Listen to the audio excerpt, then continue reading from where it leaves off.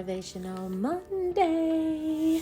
Today's Motivational Monday message is about too long. Too long. Have you ever stayed someplace too long, felt uncomfortable, or knew you wore out your welcome? Have you ever stayed on a job too long when you know that God was telling you it's time to make an exodus, but you wanted to hang around and possibly miss the window of the next opportunity? Now, don't get me wrong, God will always work all things out for your good, but it might have been gooder if you had left when He had told you to leave. Also, relationships. Have you stayed in a relationship too long when you knew the clock had run out? The time had finished ticking. You have to know when to let go, when to move on. If you stay too long in bed when you're supposed to be at work, too many times, you might lose your job.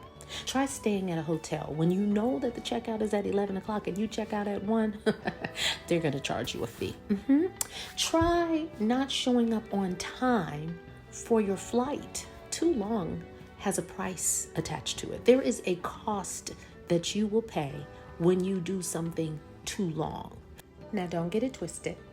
Longevity has a wonderful place and space in our lives. You want to be able to stay at a house that you own long if you can, or having a car long enough to enjoy the benefits and pay it off. I'm not talking about staying in long-term relationships. Being married 20, 30, 40, 50 years is outstanding. I'm talking about you want to be married. You've been with your boo for 12 years and y'all not even thinking about getting married. Something's wrong with that. And so you have to figure out what too long is for you.